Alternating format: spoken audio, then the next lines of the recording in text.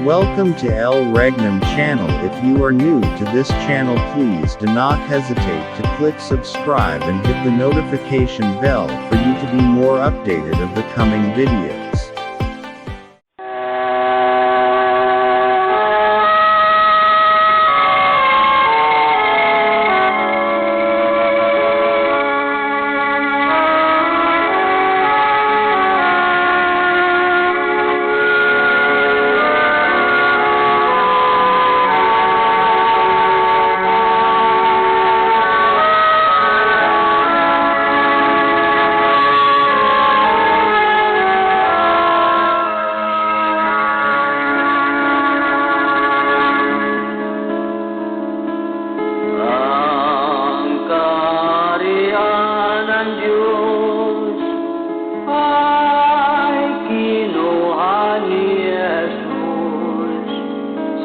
Lumang Jerusalem,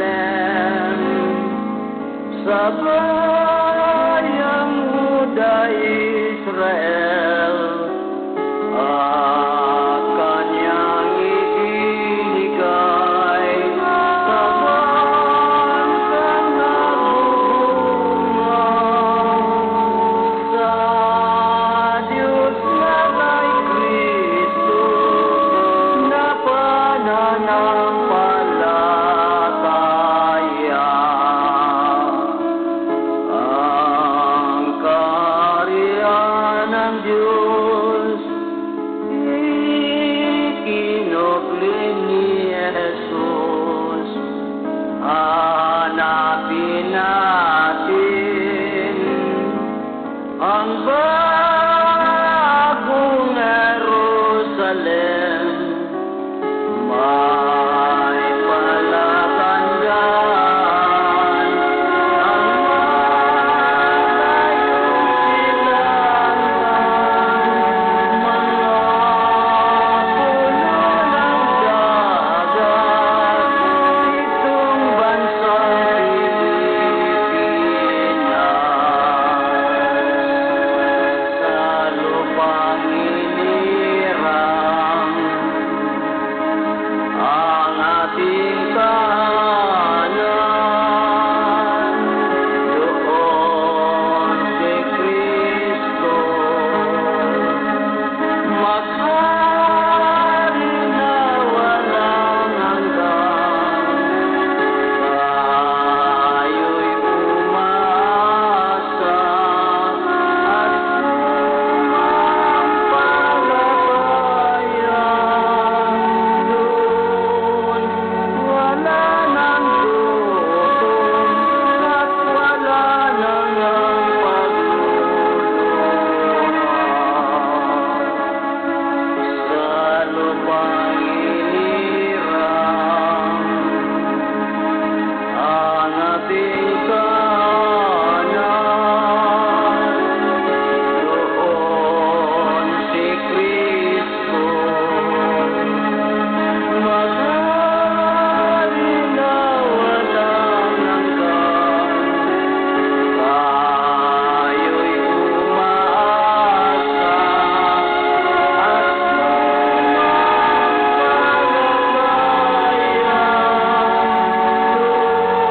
Doon wala nang gutom at wala nang pagluluha.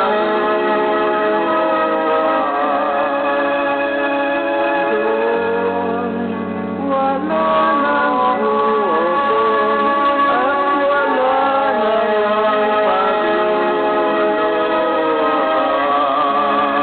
at wala nang pagluluha. Sa kalangitan, abay, wala na doon. Kasi sabi na kasulat, at nagkatawang tao ang berbo. Ibig sabihin, wala na doon sa itaas. Nasaan na siya? Nandito na sa lupa. Kasi nagkatawang tao nga, di ba? Sabi, at tumahan sa gitna natin, at nakita namin ang kanyang kaluwalhatian. Anong kaluwalhatian? Kaluwalhatian gaya ng sabugtong na ama. Ayan. Ano ang katangian ng salita na siyang berbo, na siyang nagkatawang tao? Ay katulad ng Ama. Sino yung Ama? Yan ang Diyos. Sino yung Diyos? Berbo. Ano yung berbo? Salita. Ano yung ginawa ng berbo na yan salita, na yan ang Diyos, yan ang Ama? Nagkatawang tao. Nagkatawang tao. Gaya ng bugtong Ama. Na puspos ng biyaya at katotohanan. Yan ang katotohanan na hindi mo mababali. Na yung espiritu na hindi mo makikita, na walang laman at walang buto, ay nagkatawang tao. Pag nagkatawang tao, ang tao may buto, wala. Mayroon. May laman, wala. Mayroon. Kaya ang Diyos Espiritu na nagkatawang tao na siyang salita, mayakap mo, hindi. Mayakap. Bakit? Ay nagkatawang tao na siya dito sa lupa. Di ba malinaw, mga ka-viewers, mga kapatid? Kaya dasal lang dasal tayo ng Panginoon. Naniwala tayo ng Panginoon. Hindi natin alam kung anong kalagayan ng Panginoon. Anong kalagayan ng Diyos.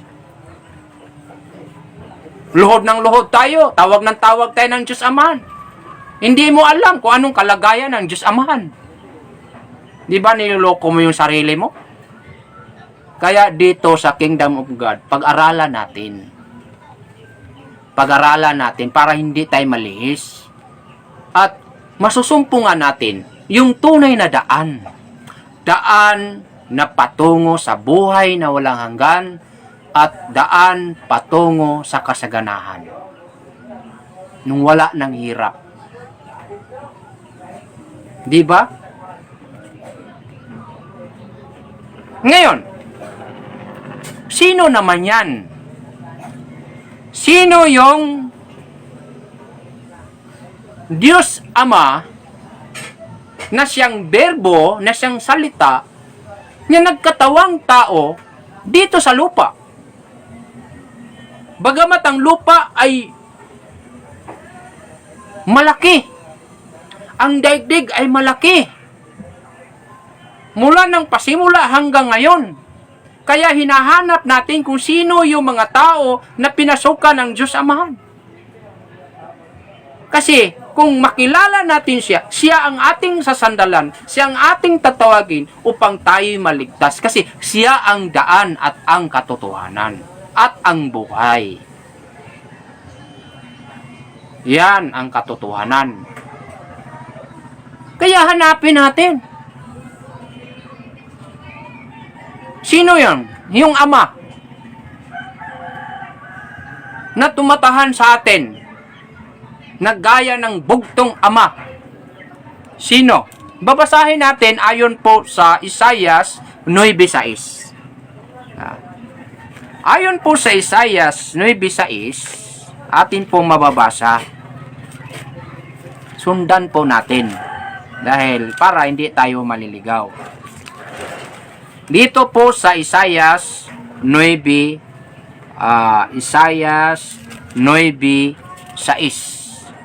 Babasahin natin. Sapagkat sa atin ay ipinanganak ang isang bata. Ibig sabihin, yung tao pala, yung Ama na yan, na yung berbo, na yan ang salita, na kumakatawang tao, ay kailangan pala isisilang. Isisilang pala siya. No? Isisilang. Dahil kung isisilang, ipapanganak. At doon natin makikita at malalaman kung sino yun. Sino yung tao na yan? Makilala natin kasi ipapanganak siya ayon sa nakasulat sa banal na aklat.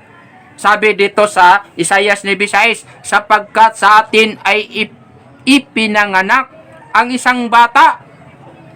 Sa atin ay ibigay ang isang anak na lalaki. Kaya lalaki pala yan, hindi babae. Kaya kagaya ngayon, Luzon, Visayas, Mindanao, mayroong nagpapakilala na sila daw ang Diyos Ama. Paano matawag na siya ang Diyos Ama? Ibabae nga. Ang Diyos Ama, pag sinabing Ama, lalaki.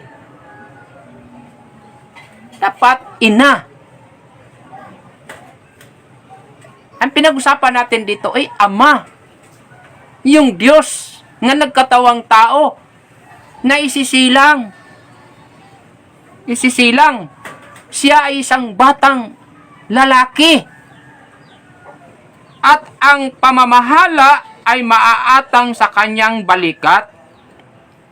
At ang kaniyang pangalan ay tatawaging kamangha-mangha. Biro mo. Yung tao na yan, yung bata na yan, yung lalaki na yan, na nang pasimula siya ay salita, berbo, nagkatawang tao, isisilang, siya ay kamangha-mangha. Tagapayo. Yan. Tagapayo. Makapangyarihang Diyos. Biro mo, yung bata na yan, kamangha-mangha, tagapayo, at kapangyarihang Diyos. No? Makapangyarihang Diyos siya, yung bata na yan. Walang hanggang ama. Yung bata pala na yan ay magiging ama. Magiging ama, Pangulo ng Kapayapaan. Kaya kailangan malalaman natin kung sino yan. Kasi marami ngayon ang nag-angkin. Marami, Luzon, Visayas, Mindanao. Kahit babae nag-angkin na, nga siya na daw ang ama. Na yung Diyos Ama, yung Diyos, pumasok daw sa kanya. Hindi kaya naliligaw yon ng Diyos na pumasok sa isang babae? Lalaki ang papasukan. Lalaki. No? Lalaki. Ngayon, para malalaman natin yung bata na yan, na isang lalaki, na siya ay kamangha-mangha, tagapayo, makapangyarihang Diyos, walang hanggang ama, Pangulo ng Kapayapaan, para malalaman natin kung sino yan, dito sa daigdig, dito sa sanglibutan, basahin natin ayon po sa Mateo 1, versikulo 23, para malalaman natin kasi bata lang, lalaki. Wala pang pangalan. Mateo 1:23. Pag-aralan natin. Ganito po ang sinabi. Narito, ang dalagay magdadalang tao. Biro mo, yung bata pala na isisilang, kailangan mayroong gagamiting instrumento na babae para ibuntis. Hindi lang basta ibuntis, kundi ipapanganak. Ayon sa nakasulat. Ano sabi? Narito ang dalagay magdadalang tao at manganganak ng isang lalaki. Biro mo, hindi babae. Isang lalaki. At ang pangalang itatawag nila sa kaniya ay Emmanuel. Ayan, Emmanuel. Anong pangalan yung lalaki na yan na isisilang sa isang dalagang babae? Emmanuel. Na kung liliwanagin ay sumasatin ang Diyos. Kaya nung unang panahon, nung dumating na ang isang bata na lalaki na isilang sa isang babae, na siya ang Pangulo ng Kapayapaan, kamangha-mangha, tagapayo, walang hanggang ama, nung isinilang na siya sa lupa, marami sa mga tao doon sa Israel na hindi naniniwala sa kanya. Bakit? Kasi ayon sa nakasulat sa banal na aklat, Emmanuel. Bagamat ang isinilang ng isang dalaga na isang batang lalaki. Ang pangalan noon ay Jesus.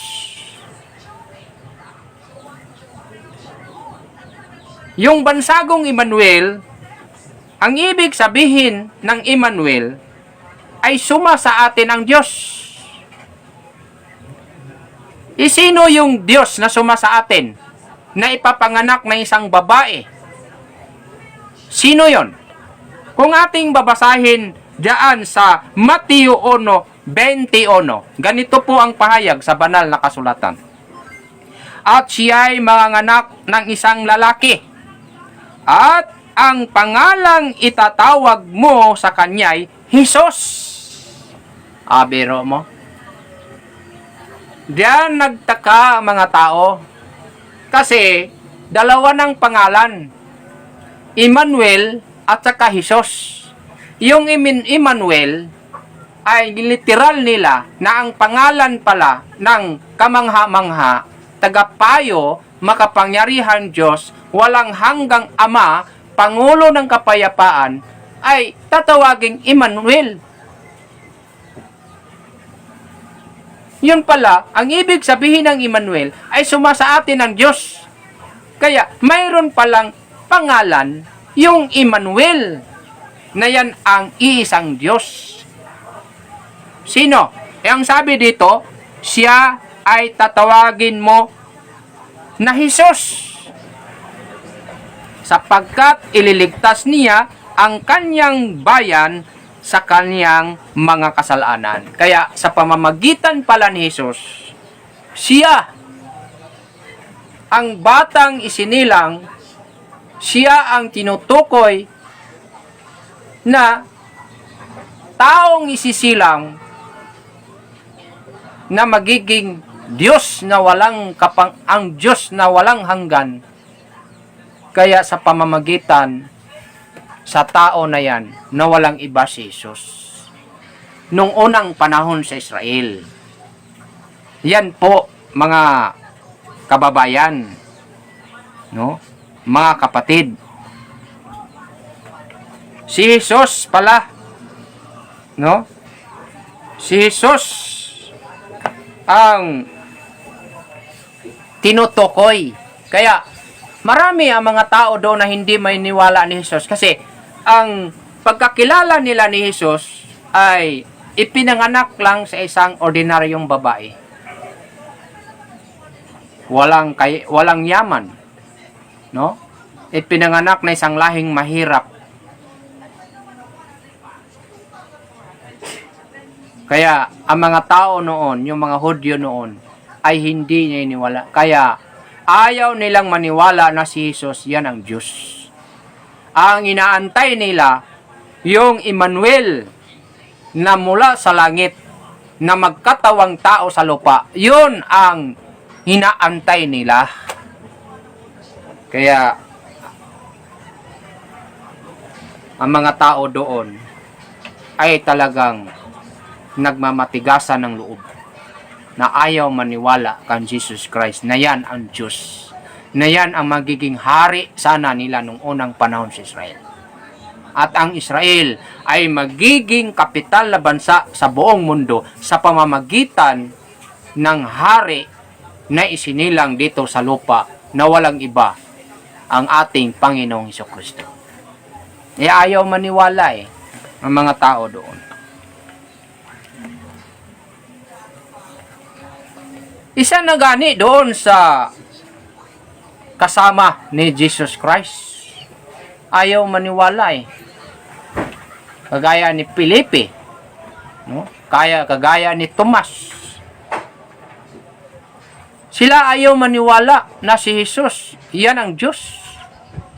At hangad pa nila na gusto nila na ipakilala ni Jesus yung Diyos na yan ang inaantay nila, yung Diyos Amahan.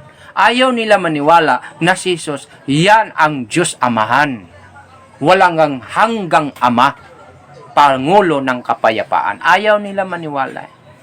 Kaya kung basahin mo ayon sa Juan 1:14, City Gis, ito ang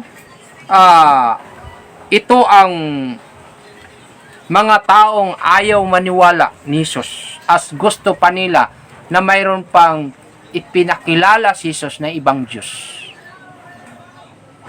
No? Ayaw. Kasi ayaw. Gusto nila na, gaya ni Felipe, sabi ni Felipe, Panginoon, ipakita mo na sa amin ang Ama at sukat na ito sa amin. Yung sabi naman ni Jesus kasi, malao na tayong kasama.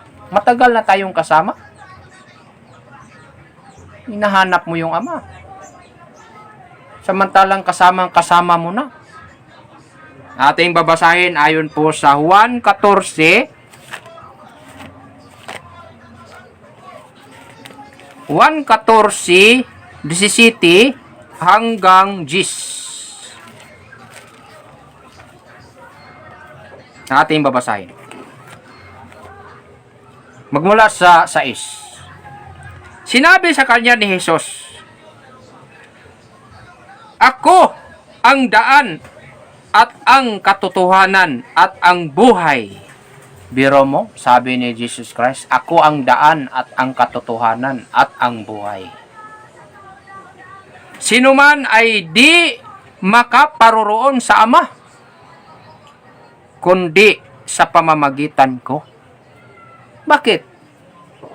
Ayon sa mga binasa natin, maliwanag nga ang Ama, Espiritu, walang laman at walang buto, nang pasimula siya ay salita, siya yung berbo, ay kumakatawang tao. At yung tao na yan ay ibubuntis at isisilang.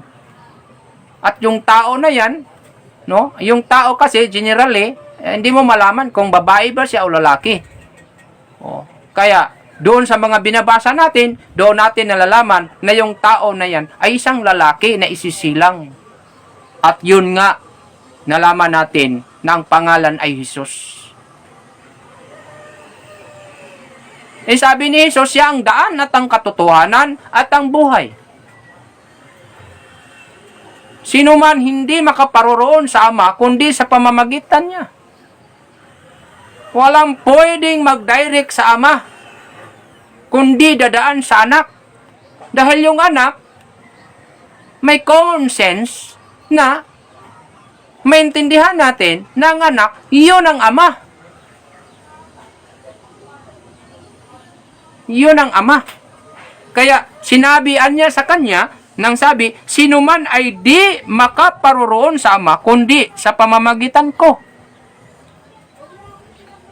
Sa 7, kung ako'y nagakilala ninyo, sabi ni Jesus Christ doon sa mga Hudyo, kung ako'y nagakikilala ninyo, ay mga kilala ninyo ang aking Ama. Na? Kung kinikilala ninyo si Jesus Christ, si Jesus, na siya yung Ama, siya yung salita, siya yung berbo, na kumakatawang tao, at yung tao na yan ay siya na nga, yung batang isisilang, si Jesus, hindi ka na magtanong sa Ama. Kasi may common sense na siya yun ang Ama. Sabi nga dito walang hanggang Ama, Pangulo ng kapayapaan. Biro mo? Sabi dito, kung ako'y nagkilala ninyo, ay magkilala ninyo ang aking Ama. Buhat ngayon, sabi ni Jesus Christ, doong unang panahon, buhat ngayon, siya'y inyong nagkikilala at siya'y inyong nakita. Ang tanong, sino yung nakita nila? At sino yung nakilala nila? Nang sabi ni Jesus Christ, buhat ngayon, siya'y inyo nang nakikita. Kasi hinahangad nila na makita nila yung Ama. Bukod ni Jesus Christ, mayroon pang Ama. Yan ang gusto ng mga Hudyo noong unang panahon, lalo na kay Felipe at ni Tomas. Maliwanag nga sinabi ni Panginoong Jesucristo. Sabi ni Jesus, buhat ngayon, siya'y inyong nakikilala at siya'y inyong nakita. Ang tanong, sino yung nakita nila? Si Jesus. Sino yung nakikilala nila? Si Jesus. Kaya sabi ni Jesus Christ, buhat ngayon, siya'y inyo nang nakikita at nakilala. Sino? Yung Ama na nasa langit, na nagkatawang tao, na nandyan sa katauhan ng ating Panginoong Hesukristo. Di ba malinaw, mga ka-viewers, mga kapatid?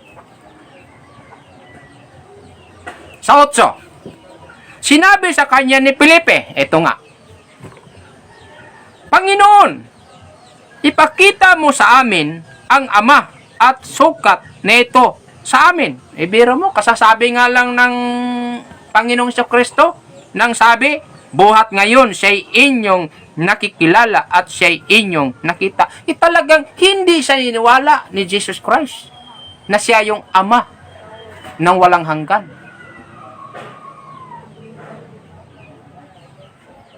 Kasi nag-object pa siya dito eh.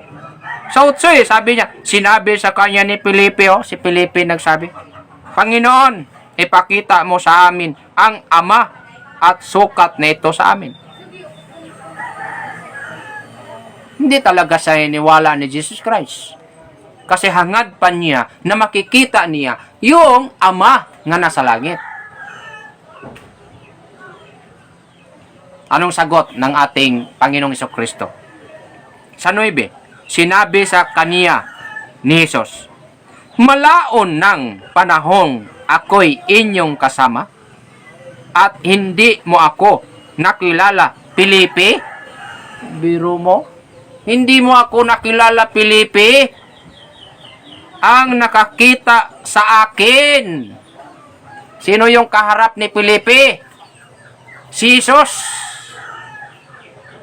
Sabi, ang nakakita sa akin ay nakakita sa Ama. Ibig sabihin, nakakita na si Felipe sa Ama. Ayaw lang maniwala. Ang nakakita sa akin ay nakakita sa Ama. Paanong sinasabi mo, ipakita mo sa amin ang Ama?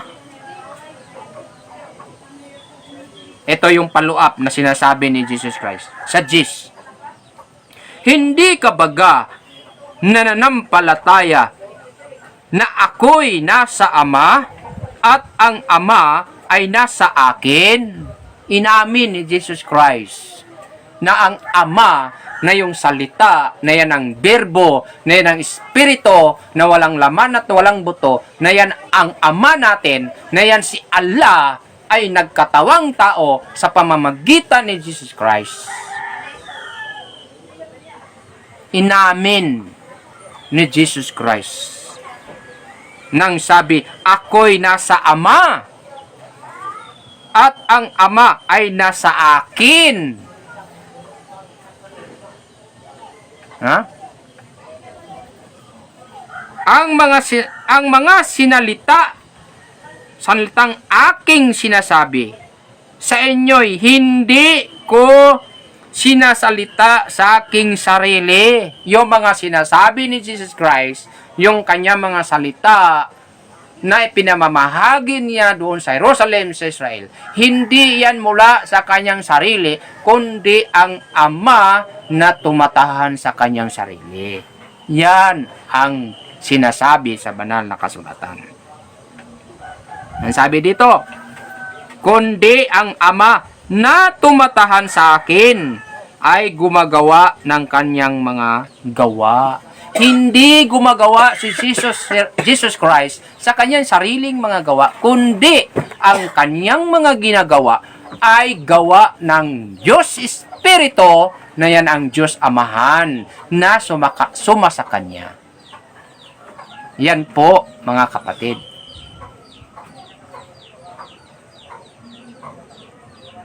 Yan ang malinaw. Sabi sa ating mga viewers, Harry Felix, gaano katotoo na si Manalo ay sugo ng Diyos? Ay iba pong tema po yan. Abangan po ninyo yan. Abangan po ninyo yan. Dahil isa-isahin natin yan.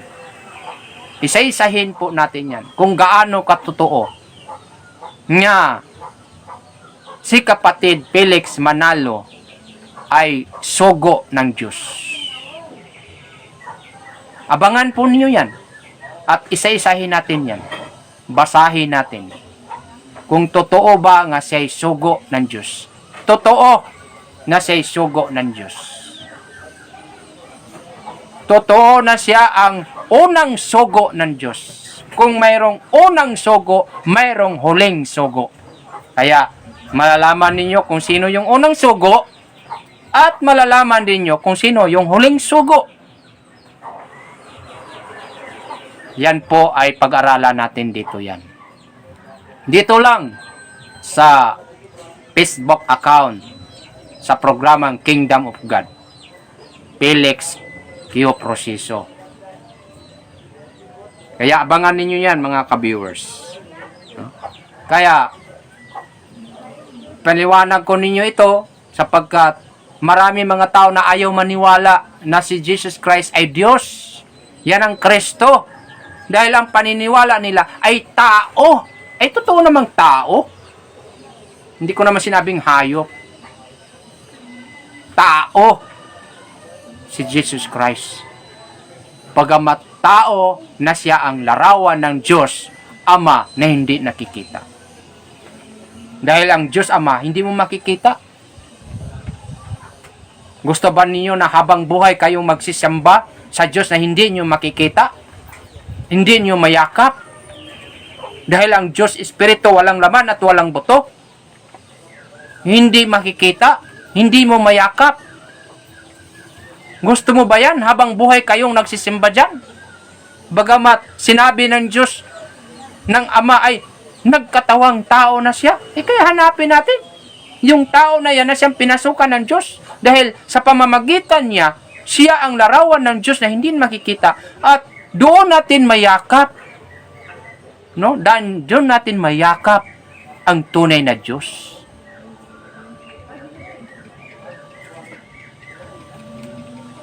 Yan mga kapatid, no?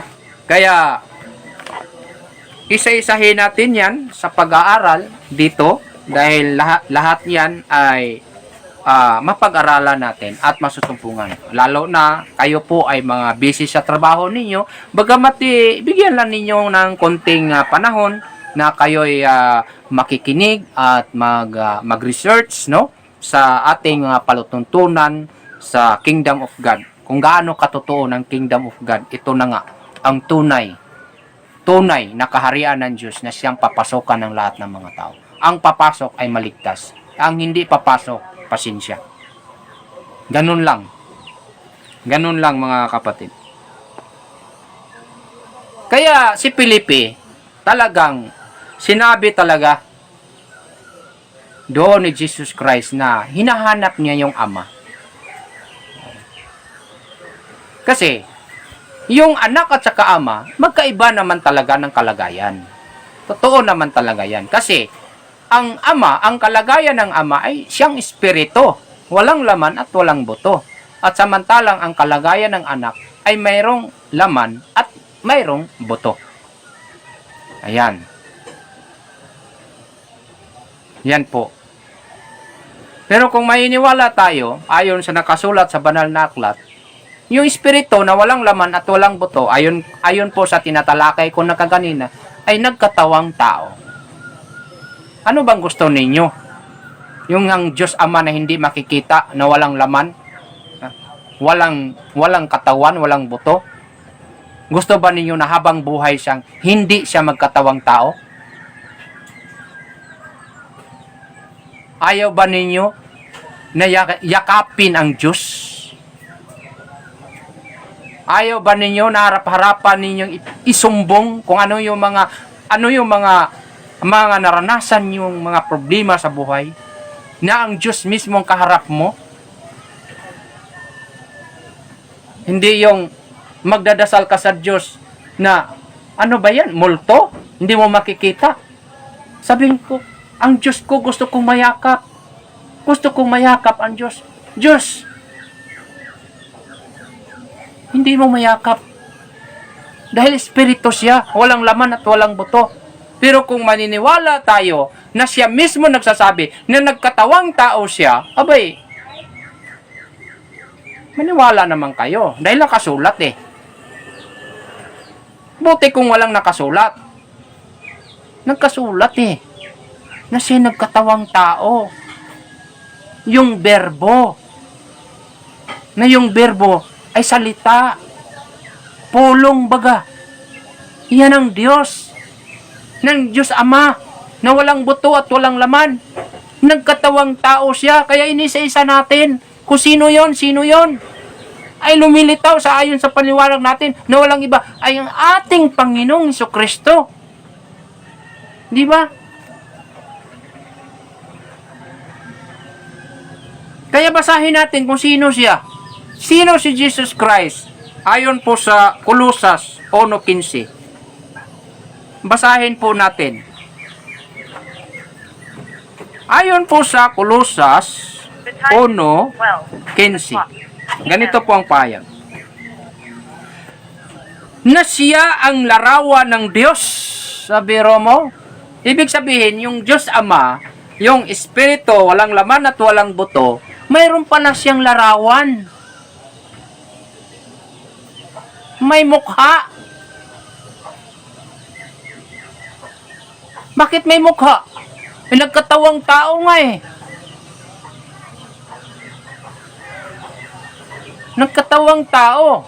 Ibig sabihin kung nagkatawang tao siya, naging tao na siya, yung taong isisilang, siyempre, ibinubuntis yan siya, isang batang lalaki, at yung batang lalaki ay tinatawag na Jesus. Ngayon, si Jesus, may larawan? Wala. May mukha? Wala. Mag-sure naman kayo, oy. Di ba? Ngayon, sino ngayon si Jesus Christ? Sino si Jesus? Ayon sa Kolosas 1:15, sabi, na siya ang larawan sa Diyos na di nakikita. Sino ang larawan ng Diyos na hindi nakikita? Si Jesus. Siya ang larawan sa Diyos na hindi nakikita. Bakit? Kumakatawan nga eh. Pumasok nga ni Jesus, inamin nga niya eh. Inamin nga niya nga ang Ama ay nasa kanya eh. Ibig sabihin, siya ang larawan. Sabi dito, na siya ang larawan ng Diyos na hindi nakikita, ang panganay ng lahat ng mga nilalang dito sa lupa. Maliwanag, di ba? Alam mo kasi, mga tao ngayon, kahit maliwanag, kahit nakasulat, gawing malabo. Nasa inyo na yan. Nasa inyo na yan. Kung mahilig kayo sa malabo, di lalabuin ninyo lalo. Pero kung naghanap kayo ng katotohanan, abay, pag-aralan natin. Kaya sa pamamagitan dito sa Kingdom of God, dito natin nalalaman ang totoo. Na ang larawan pala ng Diyos na hindi nakikita ay si Jesus. Si Jesus pala ang larawan sa Diyos na hindi nakikita. Yan po ang maliwanag.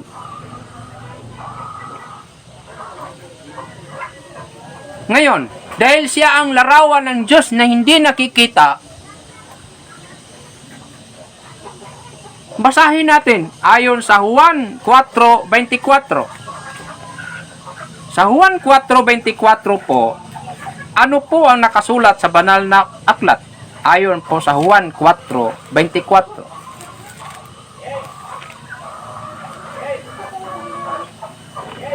Ang kalagayan ng Diyos ay espiritu, sabi rito.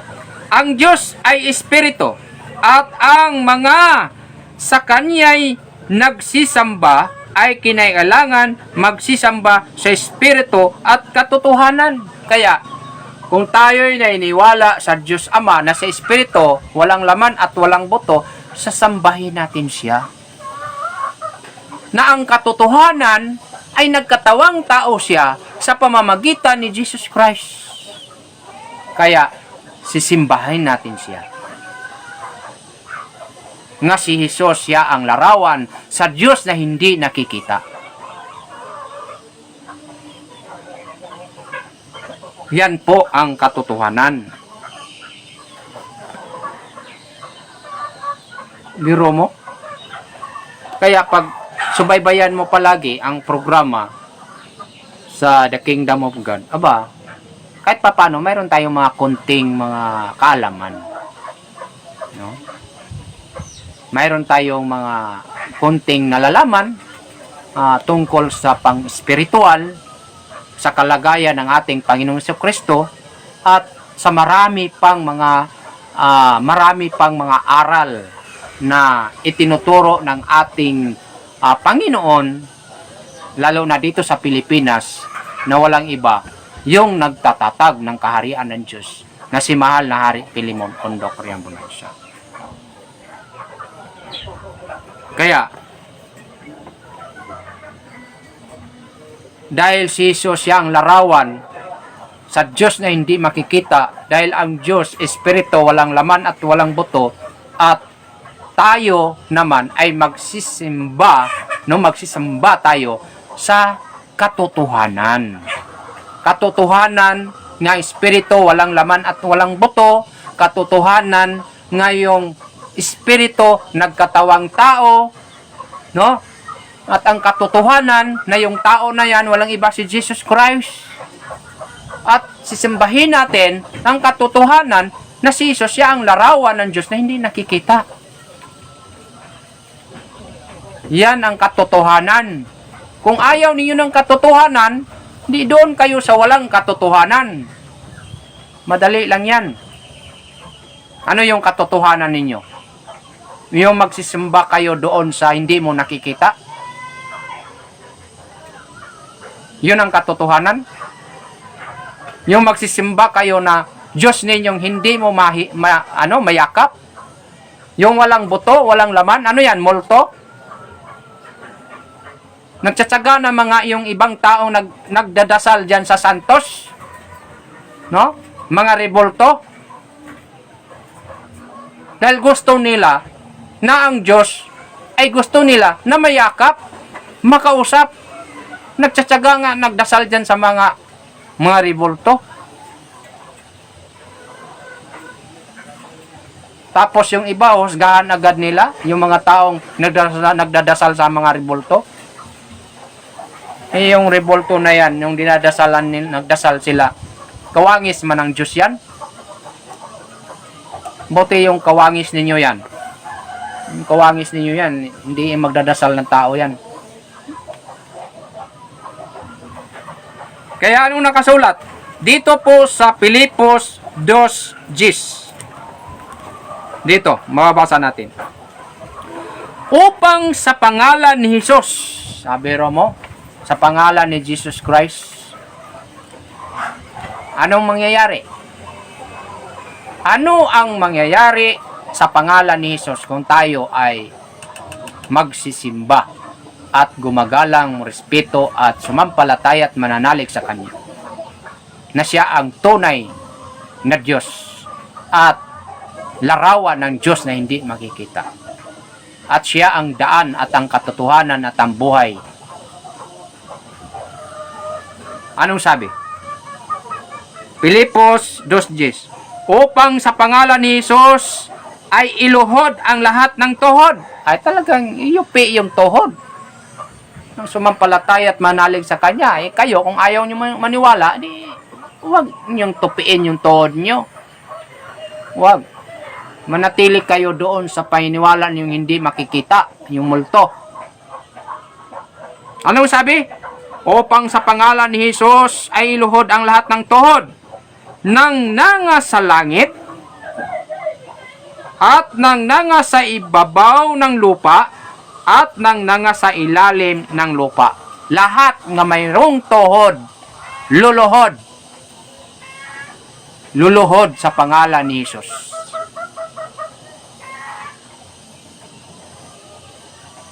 Kung nandun man kayo nakatira sa ibabaw,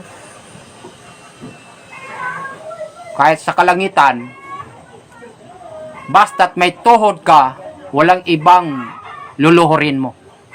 Si Jesus Christ. Bisa na sa lupa, sa ilalim ng lupa, luluhod. Luluhod ni Jesus Christ. Kasi yan ang nakasulat. Upang sa pangalan ni Jesus ay luhod ang lahat ng tuhod ng nanga sa langit at ng nanga sa ibabaw ng lupa at ng nasa ilalim ng lupa. Wala kang ligtas kung saan ka man nakatira. Maliban kung nasa impyerno ka na nakatira. Dahil wala ka ng tuhod. Kasi nasunog na sa apoy sa impyerno. Wala ka ng tuhod, durog-durog na. Yun, hindi ka makaluhod ni Jesus. Pero habang buhay ka, na nasa ilalim ng lupa, at nasa ibabaw ng lupa, kung nasa ibabaw ka pa sa kalangitan, basta't yuyupi pa yung tuhod mo, luluhod ka. Luluhod ka ni Jesus Christ. Yan ang nakasulat sa banal na aklat.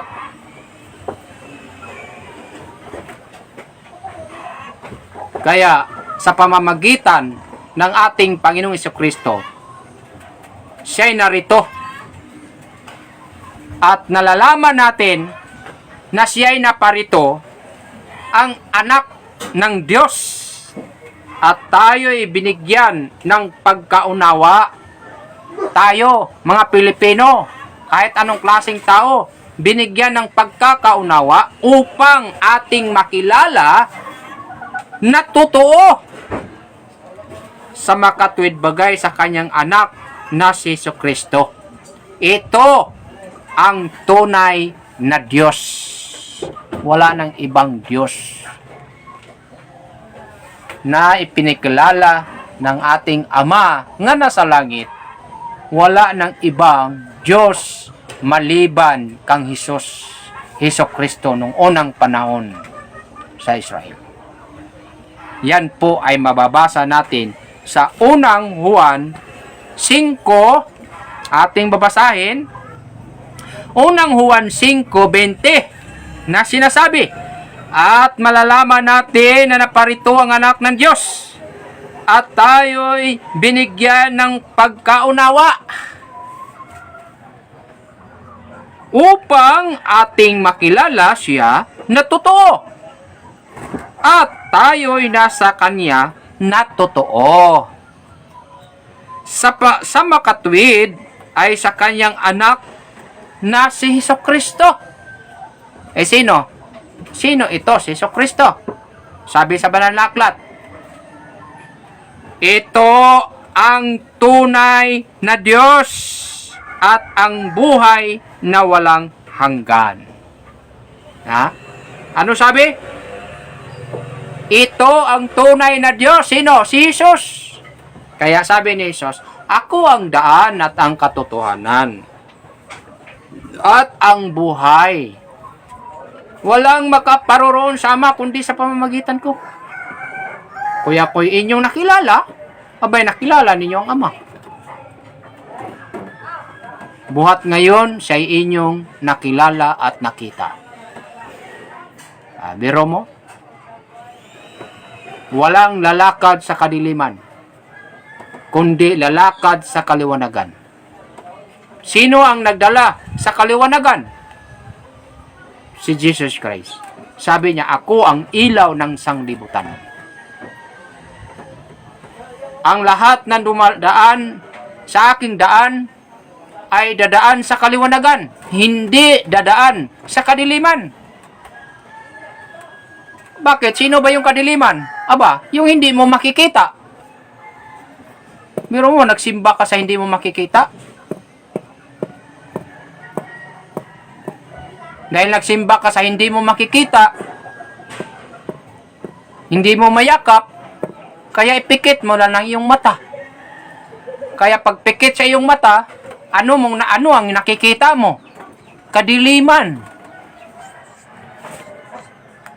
Kadiliman. Kaya dapat magsisamba tayo sa Diyos na tunay, na siya'y totoo. Diyos nga makikita. Idilat mo yung mata. Aralin mo yung totoo. Na ang Diyos ay mayakap. Makikita. Hindi yung ipikit mo yung mata dahil wala kang makikita. Kaya kadiliman mo na yung sinasamba mo. Kaya sabi sa 1 Gs 30, sabi ni Kristo, sabi ni Jesus, 1 Gs 30. Anong sabi? Ako, ang sabi ni Jesus, ako at ang Ama ay iisa. Maliwanag. Mayroon pa bang higit dito? Mayroon pa? Nang sabi ni Kristo, 1 Gs 30, ako at ang Ama ay iisa. Ha?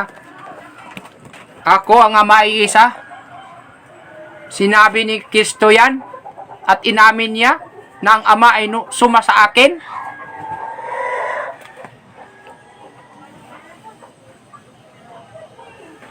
Kaya makilala natin na si Jesus, siya ang iisang Diyos na tunay.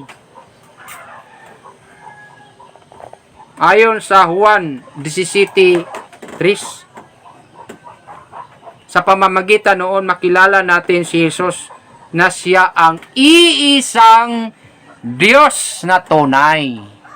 Wala nang ibang Diyos sa Israel na tunay. Si Jesus lang. Kaya, kung si Jesus nung unang panahon sa Jerusalem sa Israel, sa lumang Israel, mayroong Diyos na tunay sa bagong Israel. Na ang bagong Israel ay nandito sa Pilipinas. Kaya yan ang abangan ninyo. Kung sino yung Diyos na tunay sa bagong Israel. Kaya si Jesus nung unang panahon, bagamat siya pinatay dahil pagtubos sa mga kasalanan ng mga taong makasalanan, siya pinako sa krus upang matupad ang nakasulat sa banal na aklat na iligtas ang mga anak ng Diyos sa pamamagitan ng kanyang dugo. No? Kaya hanggang doon lang ang kanyang buhay.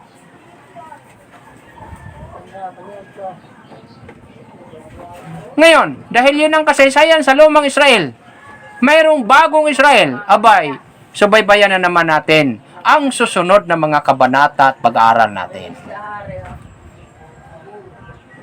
Nung siya'y ipinako na sa cross, ano ang mga binilin niya upang hindi tayo malihis ng landas. Kapag siya ay nandoon na sa kanyang mahimayaong trono. Yan ang subaybayan ninyo mga ka-viewers, mga kapatid. No? Pag-aralan na naman natin kung sino ang lilitaw na tunay na Diyos dito sa bagong Jerusalem sa Israel na walang iba itong bansang Pilipinas para hindi po natin tayo malilitaw. Mayroong part 1 at mayroon tayong tinatawag na part 2. Abangan ninyo ang part 2 para malalaman natin kung sino yung tunay na Diyos dito sa bagong Israel, sa bagong Jerusalem na yan ang bansang Pilipinas. Kaya maraming salamat po sa inyong pagsubaybay at pagkinig sa ating programang palutuntunan ng The Kingdom of God or Consumatum Is sa pamumuno ni Mahal na Hari Pilimon Ondo Cream Bonanza na siya ang founder sa kaharian ng Diyos at sa pamamagitan ng kanyang anak na siyang chairman president ngayon sa Kingdom of God, Mahal na Prinsipe Rocky Cream Bonanza. Mula rito sa New Jerusalem, Talisay, Dapitan City, sa banal na bayan o Shrine City sa Dapitan, ako ang inyong ubos na lingkod, Haring Felix Borsiso, Regional Director at the same time Apostolis ni Malahari, assigned leader sa Region 9. Ako magsasabi sa muli nating pakikinig sa kabanatang part 2. Abangan ninyo at mabuhay tayong lahat.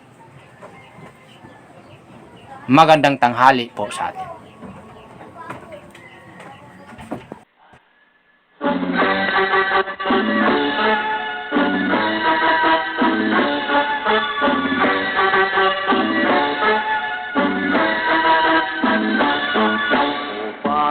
makakita sa kaharian ng Diyos, ipanganak muli ng tubig at ng Espiritu. Kung di natin sundin ang payo ni Jesus, hindi makapasok sa kaharian ng Diyos.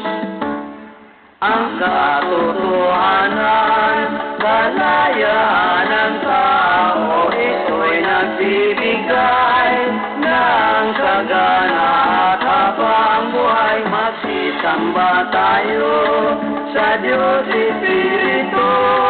Ang kaharian niya ay mamanahin natin.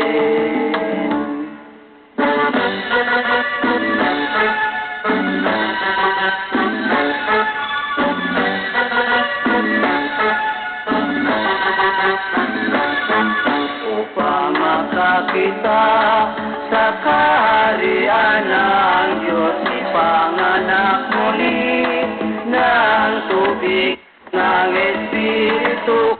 Di natin sundin ang payo ni Jesus, hindi makapasok sa kaharian ng Diyos.